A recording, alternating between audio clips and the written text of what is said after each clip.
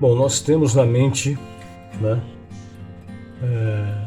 algumas formas de como Deus vai nos abençoar, né? Sempre nós temos ideias. E quando o caminho que Deus escolhe para nos abençoar, tá, não atende a expectativa que nós temos, como é que a gente sente? A gente se sente abandonado por Deus. Deus me abandonou. Isso acontece comigo, isso acontece com você, isso acontece com a sua família, acontece com todo mundo. Lamentações 3,18. Então disse eu, por isso eu digo, o meu esplendor, para onde foi? Foi embora, já se foi, né? Bem como tudo que eu esperava do Senhor. Lamentações 3,18. O meu esplendor, a minha beleza, no brilho dos olhos, foi embora. E junto com ela, toda a expectativa que eu tinha de Deus também foi embora. Entendendo? Hoje eu vou trazer uma mensagem para você e com certeza vai ser uma mensagem um pouco mais longa, tá? Mas eu gostaria muito que você me ouvisse nesses 15 minutos, tá? Abre o seu coração, deixe o orgulho para fora, não se preocupe com o amanhã, tá? Eu não sei qual é o horário que você está vendo essa mensagem, mas senta, não sei se você está assistindo no seu celular, no seu smartphone ou na sua Smart TV, mas preste atenção, porque hoje nós vamos falar de um assunto muito importante e que nós lemos aqui agora para você no livro de Lamentações, capítulo 3, versículo 18, tá? Na verdade, a gente não está aqui para brigar com a voz do Senhor, né? A gente quer que o Senhor fale com a gente, né? Que Ele possa falar com você nesse exato momento, Ele possa transformar a sua vida a partir dessa mensagem, tá? Nós não temos nenhuma dúvida, tá, de que a rejeição é um dos piores sentimentos que existe e que alguém pode sofrer. Você já sentiu rejeitado? Uma criança rejeitada pelos pais, ela vai ter muito problema, pode ter certeza disso. Muito problema mesmo, tá? Ela vai precisar de muito tratamento, né? Ela vai precisar de muito amor de Deus, porque a rejeição, meu amigo, é terrível. Uma mulher rejeitada pelo marido, o marido rejeitado por uma esposa, né, é algo terrível. Por quê? Porque a rejeição, né, ela tira de você o valor. A pessoa que foi rejeitada, descartada, né, junto com esse sentimento de rejeição, vai embora também o seu valor, né? Me rejeitaram porque eu não sou precioso. Me rejeitaram porque eu não sou importante. E sozinho, a rejeição é muito difícil você recuperar a sua identidade, né? Algumas pessoas acham que o contrário do amor, presta atenção, o contrário do amor é o ódio, mas não é. Ódio e o amor caminham próximos. O contrário do amor é a indiferença, tá? Você pode dizer que não ama mais uma pessoa quando você é indiferente, não é?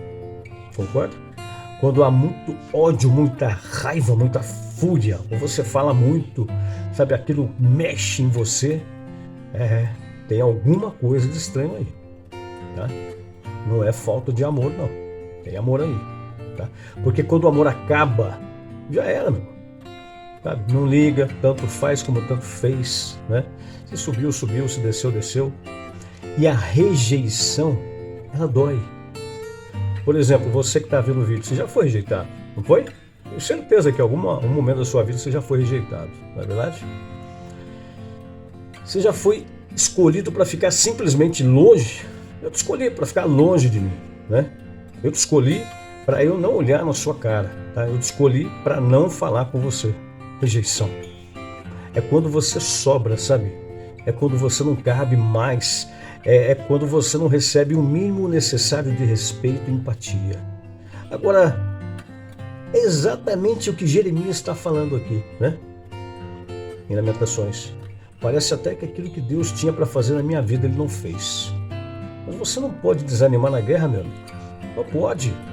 A gente precisa entender que o limiar da terra prometida, lugares muito especiais que Deus tem para nós, ferramentas que Deus usa, são chamadas de rejeição. Sim, nem toda rejeição mata, nem toda rejeição destrói, nem toda rejeição, sabe, ela explora. Tem rejeições que abençoa, né? Eu digo para você, eu já passei por isso. A Bíblia não mente. Tem rejeições que te abençoam. Você vai entender isso. E o que torna o processo dolorido de rejeição é que a rejeição, tá? Enquanto ela é humana, por exemplo, você até consegue afogar suas mágoas, sabe? Com outra pessoa que vem te ajudar, estender o braço. Mas a pior das rejeições é quando você se sente rejeitado por Deus. Essa é a pior de todas as rejeições. Por quê? Porque namorada se encontra outra, mulher se encontra outra, o teu pai te rejeitou, coloca um tio para cuidar de você, com tanto amor quanto carinho, um vô cuidou de você, mas quando você se sente rejeitado por Deus, né? Quando você fala, Deus não me ouve mais, Deus não percebe as minhas orações, e é quase inevitável ao longo da nossa vida não sentir que Deus nos rejeitou. Eu já senti rejeição, né? Tem momentos na minha vida que eu falava, Deus, o Senhor pode tudo, o Senhor cura tudo, o Senhor pode tudo, por que o Senhor permitiu isso, né? Poxa Deus, o Senhor está brincando comigo? A gente, né, é pecador. Já falei isso com Deus. Por que o Senhor não fez, Deus? Né? Será que o Senhor não me ama? Senti rejeição. Será que o Senhor não vê valor em mim? É quase inevitável a gente que caminha com Deus não provar desse sentimento, sabe? Por quê? Porque a rejeição é um tratamento, é isso que você tem que entender. A rejeição é um tratamento. Quando você observa a vida dos homens que mais se destacaram servindo a Deus, né? Eu nunca fiquei sabendo sequer de um deles na história que não tenha passado sequer por um momento de rejeição na sua vida. De indiferença, né? De não ser importante. Parece que a sensação da rejeição, sabe, é sim uma ferramenta que Deus muitas vezes usa conosco para aperfeiçoar o nosso caráter. Está entendendo? Para refinar a minha identidade, para refinar a minha cabeça. Ele simplesmente me rejeita para produzir reações no meu íntimo, sabe? Que com beijos, abraços, cafunés, poder, glória, sabe? Vigília, montes, sabe? Uma rejeição desperta através disso. Talvez não traria um reboliço na minha alma que uma rejeição traz. O próprio Cristo, o próprio Jesus Cristo experimentou rejeições das mais profundas, né? Não precisa pegar sua Bíblia não. Em Lucas 7,5, Jesus é rejeitado pelos irmãos que moram na casa dele com ele. Os irmãos não creem nele, né? Os irmãos falam assim, sabe aquilo que você fez lá em Jerusalém? Faz aqui em Nazaré, por exemplo, né? Porque aqui ninguém crê em você, Jesus. Vem aqui dar o seu show aqui, multiplique pães e peixes aqui, os próprios irmãos de Jesus, né? Por isso que a Bíblia diz que o profeta não tem honra na sua própria casa. Por que Jesus vai fazer milagres na Galileia, Cafarnaum? Porque na cidade que ele nasceu, na cidade que ele cresceu, que ele conviveu, todo mundo só via Jesus como filho do carpinteiro, e filho do carpinteiro não tem nada de bom. Ele já era o Messias. Os milagres de Jesus só aconteceram fora da sua terra natal, fora da sua cidade. Por quê? Porque ele foi rejeitado. Jesus foi rejeitado, sim, pelos vizinhos, né, que olhavam para ele. Em Marcos 6, pessoas que moravam ao lado. Esse não é o Jesus, o carpinteiro? Esse não é o filho do José lá? É como se falasse assim, mas não dá para crer nesse cara. Tá entendendo? Jesus foi rejeitado por um dos 12, né? Ele só fez coisas boas. Ele só amou, né? Mas Judas estava lá no meio. Não é verdade? Eu vou dizer para você uma coisa, hein? Deve ser muito doído você ser traído por alguém que está perto de você, né? Deve ser muito... É difícil ser traído, mas ser traído por alguém que está debaixo do mesmo teto que você é muito difícil. Jesus foi rejeitado pela sua própria nação, sabe? Ele veio para os seus, a Bíblia diz, né? Mas os seus não o receberam, a nação de Israel, tá? Até hoje, a nação de Israel, os judeus, estão esperando o Messias. Você conhece a história. Isaías profetizou, né, o desprezo. 700 anos antes de Jesus vir, Isaías 53, capítulo 53, versículo 3. Ele foi o quê? Ele foi desprezado e rejeitado pelos homens, né? Um homem de dores e experimentado no sofrimento, como alguém, né, de quem os homens esconde o rosto. foi desprezado e nós não tínhamos estima. Contudo, o pior sentimento de rejeição não foi produzido em Jesus por conta dos homens. Não, não. O pior processo de rejeição de Jesus passou foi quando ele percebeu que o Pai o rejeitou, que Deus o rejeitou. A gente reconhece que as pessoas são imperfeitas, né? A gente reconhece que as pessoas mudam, que quem ama hoje odeia amanhã, que quem ajuda hoje amanhã trai. As pessoas são volúveis. E assim o ser humano você que faz alianças perpétuas com pessoas que você não prevê mudanças, eu digo para você, tem muita gente que está na sua história hoje que vai mudar. Tem muita gente que bate no seu ombro, olha, eu estou com você para sempre, vai mudar. É por isso que você não pode entregar o seu coração para quem muda. Você não pode entregar o seu coração para as pessoas. Você não pode confiar nas pessoas. Você está entendendo? As pessoas não têm o seu coração. As pessoas não têm o seu coração, não confia. Maldito o homem que confia no homem, tá? Maldito o homem que confia no homem, tá? Isso não quer dizer que você é frio com as pessoas, tá? Então, o que eu quero dizer para você é o seguinte: você não pode ter garantia que as pessoas vão mudar com você. Você não pode entregar o seu coração para quem muda, tá? Repita bem alto: você não pode entregar o seu coração para quem vai mudar, para quem muda. Você não pode, só se você for muito tolo, muito burro, tá entendendo? Vai na Cracolândia, por exemplo. Vai lá na Cracolândia, lá em São Paulo. Vai nas biqueiras da vida aí. Pode entrar nos botecos que você conhece. 99% das pessoas que estão afundadas em vícios, em drogas, são pessoas que entregaram o seu coração a homens. E quando essas pessoas mudaram, não sabia mais como se alimentar. Por quê? Porque a providência vinha de um ser humano. Iguais não se sustentam. Iguais não se sustentam, amigo. Tá entendendo? Agora, quando o marido rejeita uma esposa, né? É uma coisa, quando uma esposa rejeita o marido, quando um filho rejeita um pai, quando um pai rejeita um filho. Mas e quando parece que Deus nos rejeitou? Para onde a gente vai? Para onde você vai? Quando parece que Deus rejeitou você, quando você sente que as suas orações não são ouvidas, quando você sente que o seu louvor não passa do teto da igreja, quando você sente que todo mundo é abençoado, mas você não é abençoado, quando você percebe que todo mundo tem força, mas você está sempre pelas rabeiras da vida, Jesus suportou bem toda a rejeição que ele sofreu. Só tem uma rejeição que ele não suportou. Eu vou repetir para você: todas as rejeições humanas, rejeições dos irmãos, dos vizinhos, rejeição de Judas, rejeição de Israel, todas essas rejeições, Jesus ficou tranquilo, de boa. Todas elas. Ele ficou como ovelha muda, tá? Agora teve um momento na vida dele, um único instante da vida dele, em que Jesus não ficou calado. Sabe qual foi? O único instante que foi quando ele estava na cruz, ele deu um grito.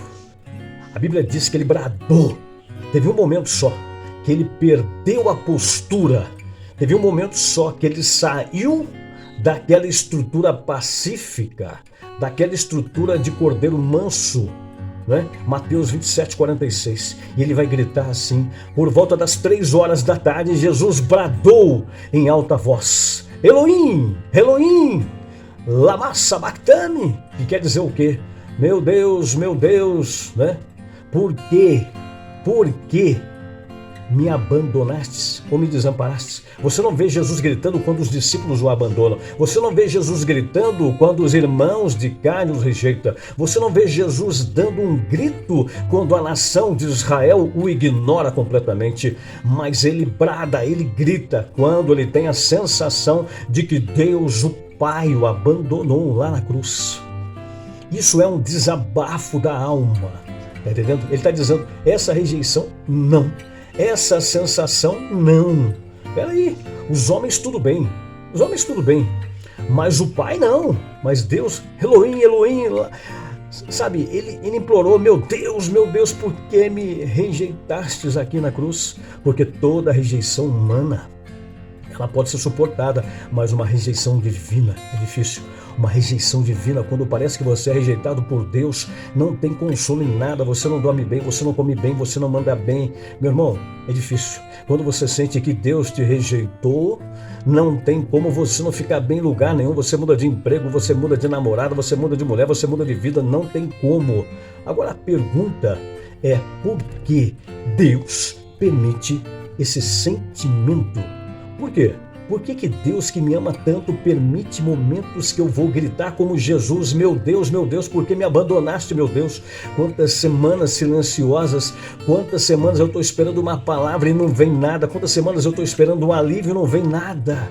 Sabe, é pancada atrás de pancada, e aí eu vou orar, não me renovo, eu vou clamar, não me renovo. Tá entendendo? Sabemos que o nosso Deus dá asas às águias para voar e faz voar as águias, não é? Sabemos que Deus, Ele quer que a gente cresça, mas uma das coisas que eu penso assim, olha só, você que está me ouvindo agora, sabe? A rejeição, ela sempre vai fazer parte de uma vida cristã. Sempre, sempre. E nessa hora, nesse exato momento, Deus aproveita para produzir em nós coisas que naturalmente não viriam, tá? Hebreus capítulo 5, versículo 7. Preste atenção que está escrito em Hebreus capítulo 5, versículo 7. Fala um pouco da rejeição de Jesus. Por que o pai permitiu o filho sofrer a rejeição, né? Por que o pai teve que, no momento de cruz, Jesus foi ovelha muda, ele não perdeu a paciência diante de Pilatos, ele não perdeu estribeira diante de Herodes, mas quando estava na cruz, Jesus bradou, né? Bradou. Hebreus 5, 7. Durante os seus dias de vida na terra, Jesus ofereceu orações e súplicas em alta voz e com lágrimas.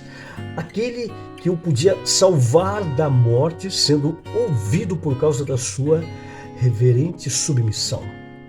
Embora sendo filho, né? Assim diz, embora sendo filho, ele aprendeu a obedecer pelo meio daquilo, olha só, o que fez ou que ensinou Jesus a obedecer. Aquilo que o fez sofrer, né? É o texto. Aquilo que o fez sofrer. E uma vez aperfeiçoado, onde ele foi aperfeiçoado? No sofrimento, né? Uma vez aperfeiçoado, tornou-se fonte de salvação eterna para todos os que lhe obedecem. O que o autor de Hebreus está dizendo aqui? Que a condição humana de Jesus passou por um tratamento, meu amigo, que o ensinou a obedecer diante de tudo aquilo que ele sofreu. Você consegue imaginar isso? Jesus Cristo aprendeu obediência pelas coisas que ele sofreu, inclusive a rejeição. É isso que o autor dos Hebreus está dizendo aqui para você em 5:7. Jesus era Deus, se fez homem. Ele precisava passar por tudo que passamos, ele precisava enfrentar tudo que nós enfrentamos. E a Bíblia está dizendo que o que ensinou ele foi o sofrimento, né? Foi o sofrimento. O sofrimento abençoou Jesus, tá? A rejeição, ela forjou em Jesus obediência. E essa obediência, ela abençoou a todos que estavam em sua volta, a ponto de que ele se tornou caminho de salvação. Em outras palavras, Jesus estava em momentos de conflito que parecia abandonado por Deus. Mas o Evangelho de Mateus declara que essa alma estava cheia de tristeza e morte. Sim, ele não teve alegria em passar por esse crescimento. Ele sofreu a indiferença do pai, ele sofreu a rejeição do pai, a angústia do pai, a tristeza. Isso aí não produz nenhum outro sentimento a não ser abandono e solidão e rejeição, meu amigo. Mas a Bíblia diz que o Cristo, o homem, não o Cristo Deus, mas o Cristo homem, ele foi aperfeiçoado na onde? Na rejeição. Então, de alguma forma, a desconexão do pai com Cristo, tá? O não olhar do pai para Cristo, que doeu, massacrou, né? Produziu em Jesus algo que naturalmente não fosse ou não seria produzido. Tem a ver que quando Deus nos leva a um lugar de rejeição, tá? Ele quer produzir em nós a mesma coisa que ele produziu no seu filho. Crescimento. Para nós, rejeição, sabe, não é sinal de morte. Para nós, rejeição é crescimento. Tá entendendo? Crescimento. Espero que você tenha entendido essa mensagem. Espero que esses 20 minutos, falei 15, mas foram 20 minutos, você tenha entendido um pouco mais sobre a rejeição. Quanto mais você é rejeitado, sabe? Quanto mais você é rejeitado, mais Deus vai te ensinar. Fiquem todos na paz de Cristo e até o próximo vídeo, se Deus quiser. Tchau, tchau.